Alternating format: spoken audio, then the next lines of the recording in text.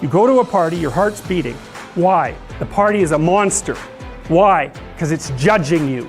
And it's judging you, it's putting you low down the dominance hierarchy, because that's what a negative judgment is. And that interferes with your sexual success. And that means that you're being harshly evaluated by nature itself. Right? So you are confronting the dragon of chaos when you go into the social situation. And so what do? You're like this, right? You hunch over, and that's low dominance. I'm no threat. It's like, well, that's not going to get you very far. You know, but that's a logical thing to do in the face of a tyrant. So I'm no threat. You know, you look at the king and you're dead. I'm no threat. I'm hunched over.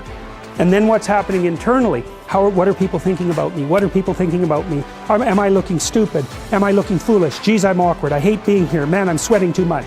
It's all internalized, right? It's all self-focused. The eye isn't working. What do you tell people? Don't stop thinking about yourself, because you can't. It's like, don't think of a white elephant. White elephant, white elephant, white elephant. You can't tell someone to stop thinking about something because they get caught in the loop. What you do with socially anxious people is you say, look at other people. Look at them, right? Why?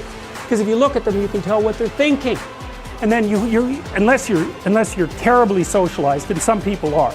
Some people have no social skills, and so the reason they can't go to a party is because they don't even know how to introduce themselves. Like no one ever taught them how to behave. And so they're really good candidates for behavior therapy, because you walk them through the process of how you actually manifest the procedures that are associated with social acceptability. But most people aren't like that. They have the ability. So if they're really introverted and high in neuroticism, they can usually talk quite well to someone one-on-one. Why? Because they look at them. Well, if I look at you, it's another thing to do if you're ever speaking to a group of people. Never speak to the group of people. It doesn't exist. You talk to individuals, and then they reflect for you the entire group, because they're all entrained. So you look at one person, they broadcast to you what everyone's thinking, and you know how to talk to one person. So it's easy. So as soon as you focus on the person, not you, you push your attention outward, use your eye, you push your attention outward, and you start watching. Well, then all your automatic mechanisms kick in, and you stop being awkward. Because if we're talking, and I'm looking here, I don't know what you're going to do next, and I'm going to put disjunctions into they're like bad chords in the melody of our conversation. And the reason is I'm not paying attention. So that's why the eye is the thing at the top of the pyramid. It's like the thing that enables you to win the set of all possible dominance hierarchies is the eye. Pay attention. Pay attention. That's the critical issue. That's why the Egyptians worshipped Horus. That's why Horus was the thing that rescued Osiris from the depths. It's the capacity to pay attention. What do you pay attention to most? What your right hemisphere signals as anomalous. It attracts your attention. It's like, this isn't going quite right. I'm not looking at that. Wrong. That's what you look at. That's what you look at. What's not going right, because that's the terrible monster that might eat you, but it's also the place you get all the information. So that's why it's useful to have discussions with your enemies, because they will tell you things you do not know. And that's such a great thing, because if you don't know them, well, you're not very smart, are you? You know, there may be a time when you go somewhere that's the thing you need to know. And maybe your enemy will tell you why you're such a fool, you know, and a bunch of other things that aren't true too. But even one thing that's accurate, it's like, yeah, thanks very much, man, maybe I'll do some work on that, and I won't have to carry that forward. So, and then that's part of the reason, again, why the terrible predator, it's always the terrible predator that has the gold. It's like, it's the person who delivers the message you do not want to hear. So it's rough, but it doesn't matter. Life is rough. To move forward, you know. I mean, I've dealt with lots of people who have anxiety disorders, you know. And one thing about people who have anxiety disorders is they are not mysterious to me. I understand, it's no problem for me to understand why people have anxiety disorders, or why they're depressed, or why they have substance use problems. The mystery to me is always why people don't have all of those things at once, because everybody has a reason to be anxious. In fact, we have the ultimate reason to be anxious because we know that we're vulnerable and we know that we're going to die. And how you cannot be anxious under those circumstances is a great mystery. It's a massive mystery. And the same thing applies with regards to depression. And then the same thing applies to some degree with regards to drug and alcohol abuse. As I said last week, there's plenty of reasons to drown your consciousness in alcohol. That's for sure. We could refer to the aforementioned anxiety and depression, not least.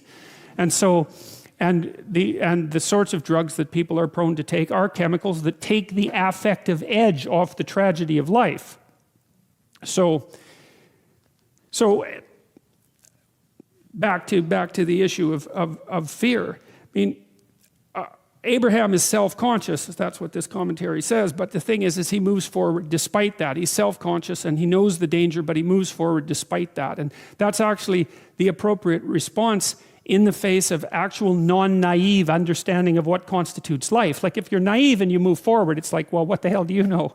You know, there's no courage in naivety because you don't know what there is to stop you. You don't know what dangers you might apprehend, but to be aware of what it is that your problem is. So to be alert existentially, let's say, or to be fully self-conscious means that you're perfectly aware of your limitations and how you might be hurt.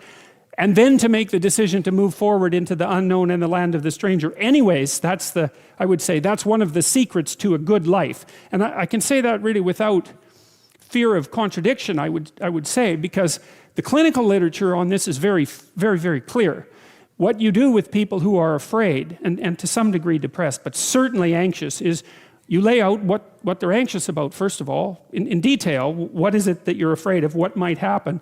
And then you decompose it into small problems, hypothetically manageable problems, and then you have the person expose themselves to the thing that they're afraid of, and what happens isn't that they get less afraid. That isn't what the clinical literature indicates exactly.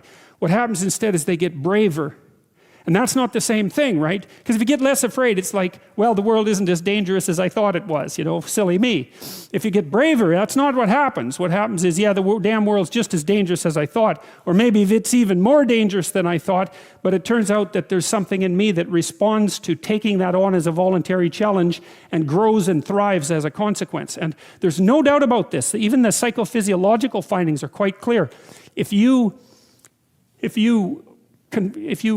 impose a stressor on two groups of people, and on one group the stressor is imposed involuntarily, and on the other group the stressor is picked up voluntarily, the people who pick up the stressor voluntarily use a whole different psychophysiological system to deal with it. They use the system that's associated with approach and challenge, and not the system that's associated with defensive aggression and withdrawal. And the system that is associated with challenge is much more associated with positive emotion and much less associated with negative emotion. It's also much less hard on you because the defensive posturing system, the prey animal system, man, when that thing kicks in, it's all systems are go for you, you know. The gas is pushed down to or the pedals pushed down to the metal and the brakes are on. You're using future resources that you could be storing for future time right now in the present to ready yourself for emergency. So there's nothing simple or trivial at all about the idea of being called to move forthrightly forward into the strange and the unknown. And there's a real adventure that's associated with that, right? So that's an exciting thing, which is part of the reason why people travel. And then also to see yourself as the sort of creature that can do that, is willing to do that on a habitual basis, is also the right kind of tonic for, I hate this word, for your self-esteem. You know, because the self-esteem has nothing to do with feeling good about yourself. As I already mentioned, there isn't necessarily a reason why a priori you should just feel good about yourself. But if you can view yourself acting in a courageous and forthright manner and encountering the world and trying to improve your lot and taking risks, you know, in a non-naive way, well, then you have something that you can comfort yourself with at night when you're wondering what the whole damn point of is of your futile and miserable life. And that's necessary because it's often the case that you wake up at 4 in the morning, or at least sometimes the case that you wake up at 4 in the morning when things haven't been going that well and wonder just what the hell the point is of your futile and miserable life. You have to have something real to set against that. It can't be just rationalizations about how, you're a valuable person among others, even though that's true. That's not good enough. You need something that's more realistic to set against that. And observing courage in yourself is definitely one of the things that can help you sleep soundly at night when things are destabilized a little bit around you. So